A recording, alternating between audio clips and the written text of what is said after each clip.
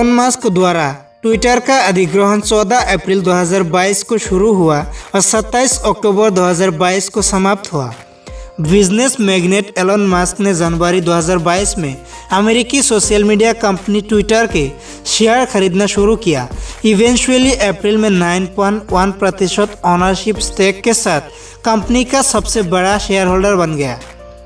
इसके बाद ट्विटर ने मस्क को अपने बोर्ड ऑफ डायरेक्टर्स में शामिल होने के लिए इनवाइट किया, जिसे मस्क ने बाद में डिनाई करने से पहले एक्सेप्ट कर लिया। 14 अप्रैल को उन्होंने कंपनी को $43 बिलियन में खरीदने का एक अनसोलिसिटेड ऑफर दिया, जिसका ट्विटर ने शत्रुतापूर्ण अधिग्रहण का विरोध करने के लिए पॉइजन पिल स्ट्रेटेजी के साथ जवाब दिया। 25 अप्रैल को ट्विटर के बोर्ड ऑफ डायरेक्टर्स ने सर्वसम्मति से मस्क के $44 अरब के बायआउट प्रस्ताव को स्वीकार कर लिया। कंपनी को निजी तौर पर लिया जाना तय था। मस्क ने कहा कि उन्होंने प्लेटफॉर्म पर नए सुविधाओं को पेश करने, इसके एल्गोरिदम को ओपन सोर्स, कॉम्बैट स्पैमबॉट अकाउंट बनाने और फ्री स्पीच को बढ़ावा देने की योजना बनाई है। मस्क ने जुलाई में समझौते को समाप्त करने की अपनी मंशा को घोषणा करते हुए कहा कि ट्विटर ने स्पैमबॉट खातों पर क्रैकडाउन से इनकार करके उनके समझौता का उल्लंघन किया है। कंपनी ने इसके तुरंत बाद डेलएवेयर कोर्ट ऑफ चांसरी में मस्क के खिलाफ मुकदमा दायर किया, जिसमें एक परीक्षण 17 अक्टूबर के सप्ताह के लिए निर्धारित किया गया था। परीक्षण शुरू होने से पहले मस्क ने पाठ्यक्रम उलट दिया, ये घोषणा करते हुए कि वो अधिग्रहण के साथ आगे बढ़ेगा। यह सौदा 27 अक्टूबर को बंद हो गया। मस्क तुरंत ट्विटर के नए मालिक और सीईओ बन गया।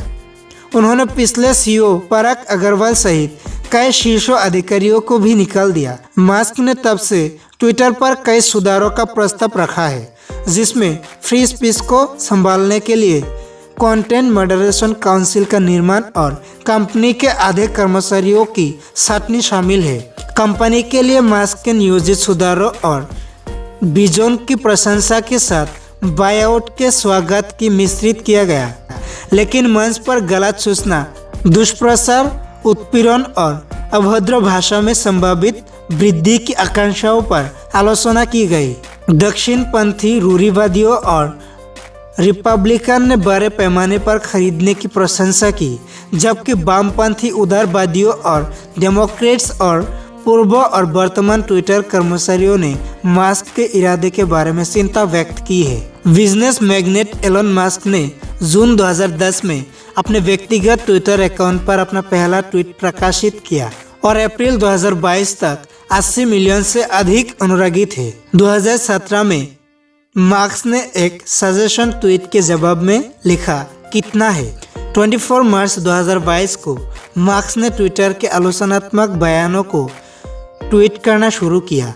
इस पर अपने अनुरागी का मतदान किया कि क्या कंपनी ने इस सिद्धांत का पालन किया है कि एक कार्यशील लोकतंत्र के लिए अभिव्यक्ति का स्वतंत्रता आवश्यक है।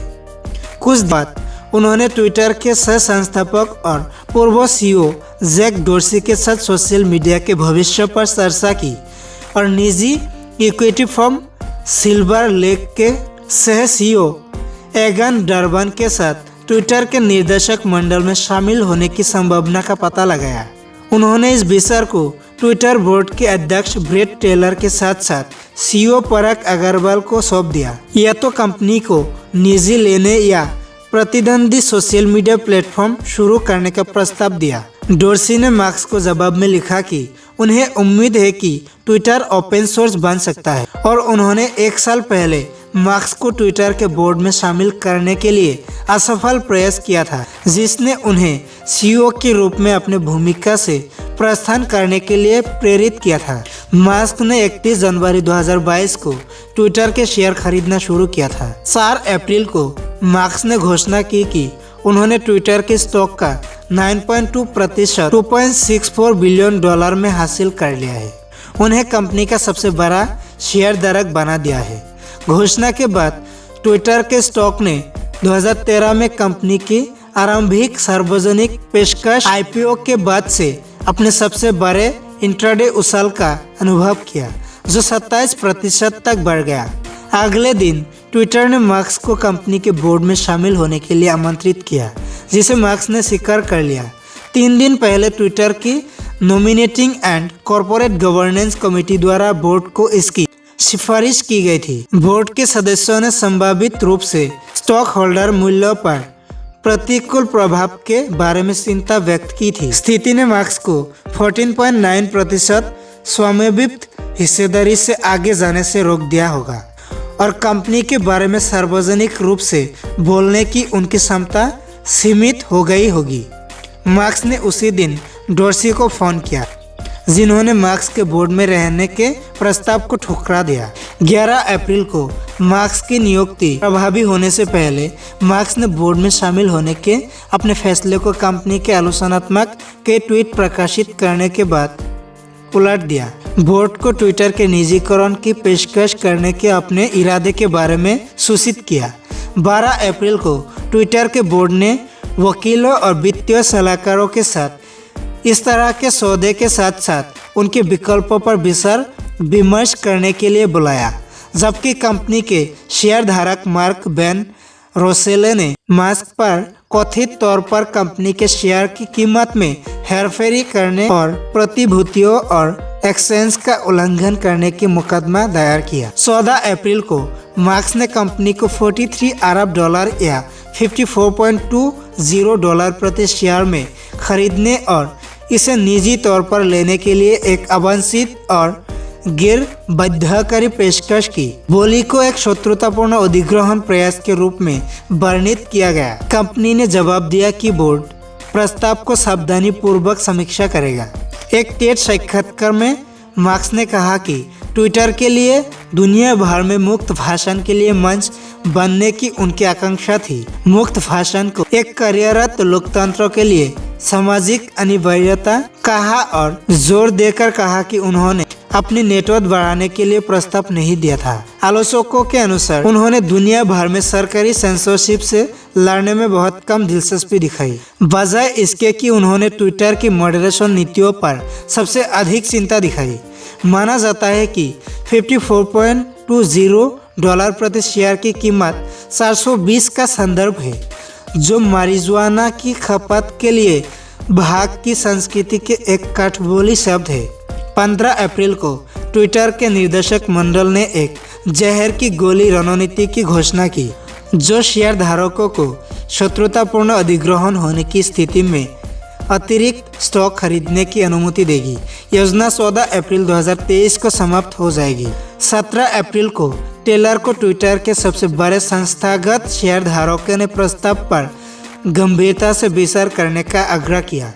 20 अप्रैल को मार्क्स ने खुलासा किया कि उन्होंने Morgan Stanley, Bank of America, Barclays, MUFG, Society General, Mizuho bank, BNP परिवार के नेतृत्व में बैंकों के एक समूह द्वारा प्रदान किया गया वित्त पोषण हासिल किया था, ताकि कंपनी का अधिग्रहण के लिए एक संभावित निविदा प्रस्ताव के लिए फंडिंग में $7 बिलियन के वरिष्ठ सुरक्षित बैंक ऋण शामिल थे। अधीनस्थ ऋण में $6 बिलियन, मार्क्स को व्यक्तिगत रूप से $6.25 बिलियन का बैंक ऋण, उनके टेस्ला स्टॉक के $62.5 बिलियन द्वारा सुरक्षित मास्क से $20 अरब नगद इक्विटी, टेस्ला स्टॉक और अन्य संपत्तियों की बिक्री द्वारा प्रदान की जाएगी और 19 स्वतंत्र निवेशकों से $7.1 अरब की इक्विटी। शुरू में ट्विटर द्वारा उधार लिया गया $13 बिलियन का प्रस्तावित धन कंपनी के 2022 के अनुमानित ऑपरेटिंग कैश फ्लो के 7 गुना के बराबर है। कुछ बैंकों ने पाया कि कई बहुत जोखिम भरे हैं और उन्होंने मास्क को केवल $12.5 अरब के मार्जिन ऋण में भाग लेने का विकल्प चुना है। वार्षिक ब्याज और शुल्क के रूप में ट्विटर पर लगभग $1 बिलियन का कर्ज होने का अनुमान है। अपनी बोली की घोषणा के 2 दिन बाद मास्क ने अपने अधिग्रहण की तैयारी में एक्स होल्डिंग नाम से 3 होल्डिंग कंपनियों को पंजीकृत किया। व्यापक बाजारों में छोटी गिरावट के बीच अधिग्रहण की घोषणा के अगले दिन टेस्ला के शेयरों में 12% की गिरावट आई। मास्क को उस दिन $21 अरब का पेपर लॉस हुआ था। ट्विटर द्वारा अधिग्रहण के लिए सहमत होने के 3 दिनों के भीतर मास्क ने अपने टेस्ला शेयरों में से $8.5 बिलियन बेच दिए थे। 23 अप्रैल को मास्क ने टेलर को सूचित किया कि उनका प्रस्ताव सर्वश्रेष्ठ और अंतिम था। अगले दिन भेजे गए एक पत्र में उन्हें स्वीकार करने का आग्रह किया। बाद में कई आउटलेट्स ने बताया कि ट्विटर मास्क के प्रस्ताव को स्वीकार करने के लिए अंतिम बातचीत कर रहा था। एक सौदे के साथ अगले दिन तक पहुंचने की उम्मीद थी। हालांकि रॉयटर्स ने आगाह किया कि सौदा अभी भी अंतिम समय में टूट सकता है। 25 अप्रैल को ट्विटर द्वारा मास्क के प्रस्ताव को स्वीकार करने की खबरों के बाद ट्विटर के शेयरों में 5% की वृद्धि हुई। ट्विटर सलाहकार गोल्डमैन सैक्स और जेपी मॉर्गन चेस दोनों ने इस सौदे को वित्तीय दृष्टिकोण से उचित मानते हुए मंजूरी दे दी। ट्विटर के बोर्ड ने सार्वजनिक रूप से और सर्वसम्मति से 25 अप्रैल को $44 बिलियन के बायआउट प्रस्ताव को स्वीकार कर लिया और 2022 में किसी समय लेन देन पूरा होने के बाद ट्विटर को एक निजी कंपनी बनाना था। मास्क के साथ बिक्री की बातचीत का नेतृत्व टेलर, मार्था लैंडफॉक्स और पैट्रिक पिसेट से बनी बोर्ड की लेन देन समिति ने किया। इस सौदे को अंतिम रूप देने से पहले शेयर धारक और नियामक अनुमोदन की आवश्यकता होगी। हालांकि विश्लेषकों का मानना था कि नियामकों द्वारा इसे चुनौती दिए जाने की संभावना नहीं थी। लेन देन बंद होने से पहले अधिग्रहण के बारे में ट्वीट करने पर मास्क को कंपनी या उसके कर्मचारियों को निंदा करने से रोक दिया गया था। समझौते में यह भी निर्धारित किया गया था कि यदि मास्क अधिग्रहण में असफल रहता है तो उसे ट्विटर को $1 बिलियन का गोलमाल शुल्क देना होगा। अग्रवाल को खरीद से $39 मिलियन प्राप्त करने के लिए निर्धारित किया गया था, जबकि डोर्सी को $978 मिलियन प्राप्त होंगे। मास्क ने अधिग्रहण के पूरे होने पर अग्रवाल को बदलने के लिए निजी तौर पर एक नए सीईओ का चयन किया था। हालांकि उनके पूरे होने के बाद के महीने में अंतरिम सीईओ के रूप में काम करने की उम्मीद थी। अगले दिन बाजार में टेस्ला का स्टॉक $125 बिलियन से अधिक गिर गया, जिससे मास्क को अपनी कुल संपत्ति का लगभग $30 बिलियन का नुकसान हुआ। स्वीकृति की घोषणा के बाद मास्क ने कहा कि पारदर्शिता बढ़ाने के लिए उनकी पहली योजना सामग्री फीड में ट्वीट्स को रैंक करने वाले एल्गोरिदम को ओपन सोर्स बनाने की। उन्होंने स्पैम बोट्स को हटाने और सभी वास्तविक मनुष्यों को प्रमाणित करने के अपने इरादों को भी बताया है। उन्होंने सुझाव दिया कि ट्विटर के सैन फ्रांसिस्को मुख्यालय को एक बेघर आश्रय में बदल सकते हैं। मास्क को ट्विटर के कॉरपोरेट प्रबंधन पर भरोसा नहीं है और उन्होंने बैंकों से कहा कि उन्होंने कार्यकारी और बोर्ड के वेतन में कटौती पर विचार किया है।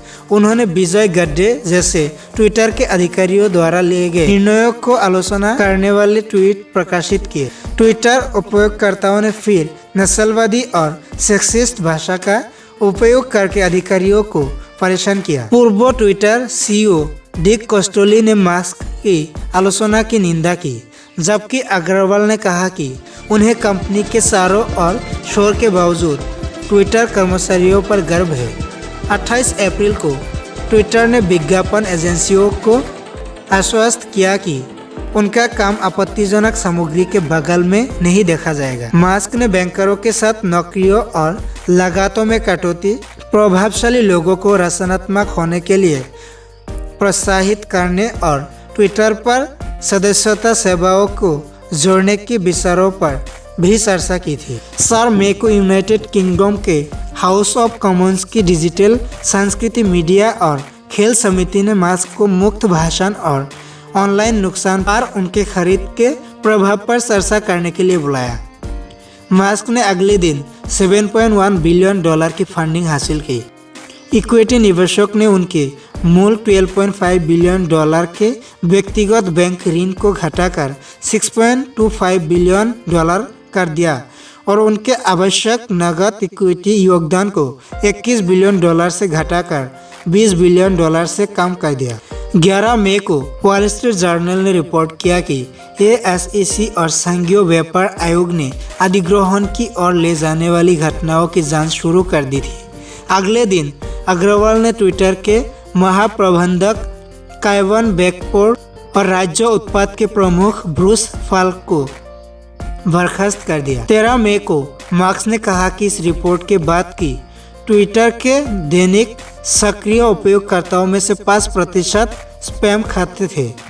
ट्विटर के शेयरों में 10% से अधिक की गिरावट के कारण इस सौदे को होल्ड पर रखा गया था। मार्क्स ने स्पष्ट किया कि वो अधिग्रहण के लिए प्रतिबद्ध है और अग्रवाल ने कहा कि उन्हें उम्मीद है कि सौदा बंद हो जाएगा। अग्रवाल द्वारा 16 मई के ट्विटर थ्रेड के जवाब में, जिसमें कहा गया था कि मार्क्स के उपयोगकर्ताओं में एक बाहरी समीक्षा अपव्यवहारी थी, मार्क्स ने एक उप इमोजी को ट्वीट किया।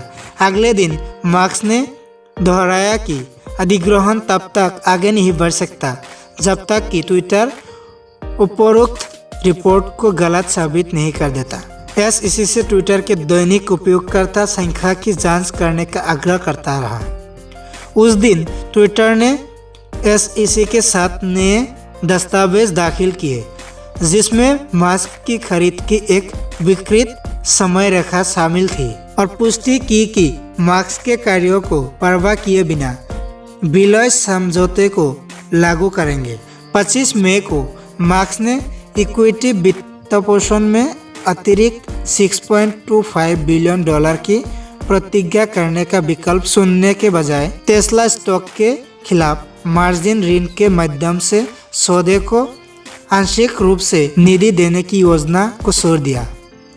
डोर्सी उसी दिन ट्विटर के बोर्ड से चले गए, जबकि ट्विटर निवेशक विलियम हेरिस्नियाक ने मार्क्स के खिलाफ एक वर्ग कार्रवाई का मुकदमा दायर किया, जिसमें आरोप लगाया गया कि उन्होंने बाजार में हेरफेर करके कैलिफोर्निया में कॉरपोरेट कानूनों का उल्लंघन किया है। मुकदमे ने आगे घोषणा की कि मार्क्स को अधिग्रहण अनुबंध द्वारा सौदे की होल्ड पर रखने की अनुमति नहीं थी और मार्क्स के भ्रामक बयानों ने ट्विटर स्टॉक की कीमतों में गिरावट में योगदान दिया था। 3 जून को अमेरिकी अविश्वास समीक्षा द्वारा अधिग्रहण की मंजूरी दे दी गई। मार्क्स के वकील द्वारा 3 दिन बाद ट्विटर को भेजे गए एक ईमेल में मार्क्स ने अपने उपयोगकर्ता आधार से संबंधित डेटा के उनके अनुरोध का अनुपालन करने से कंपनी ने इनकार के कारण ट्विटर के साथ अपने समझौता को समाप्त करने की धमकी दी।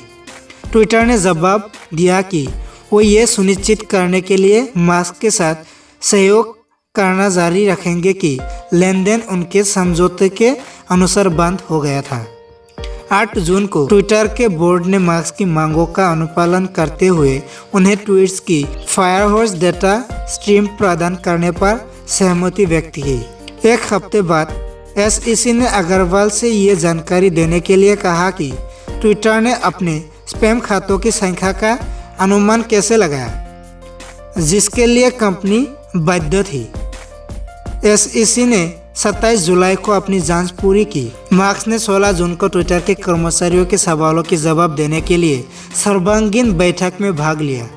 ट्विटर के सामग्री मॉडरेशन नीति, बोलने की स्वतंत्रता, संभावित छंटनी, दूरस्थ कार्य और ट्विटर की ब्रांडीय संस्कृति पर चर्चा की।